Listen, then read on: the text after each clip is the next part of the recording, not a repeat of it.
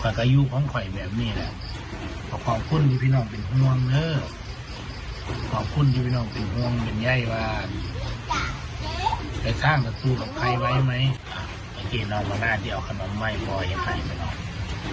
ต่อหอนว่าข่อยก็มันใจริโก้ข่อยว่าข่อยก็ไม่ได้ไปต่างศัตรูกับใครได้หรอกพี่น้อง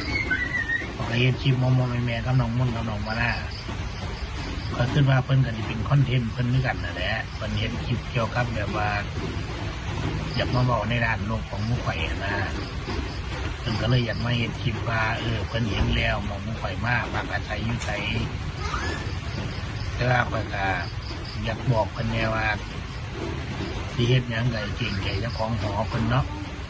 เพราะว่ามันก็บ่แม่นบ้านเมืองข่อยเนาะมันก็เป็นหอพักของข้าเจ้าแอบถ่ายผู้ข่อยนี่ครับไปแอบถ่ายทั้งนอกนะจะไม่แอบถ่ายในหอพักเพิ่นแบบนี้หรอกมันเป็นการละเมิดสิทธิส่วนบุคคลของเพิ่นเนาะมันเป็นที่ส่วนบุคคลของข้าเจ้าเขาไม่อยากให้มาเห็นแบบนั้นเป็นไปได้เนาะไม่แอบถ่ายของเพิ่นมันนี่เลยหอพักเพิ่นเสียหายได้เนี่ย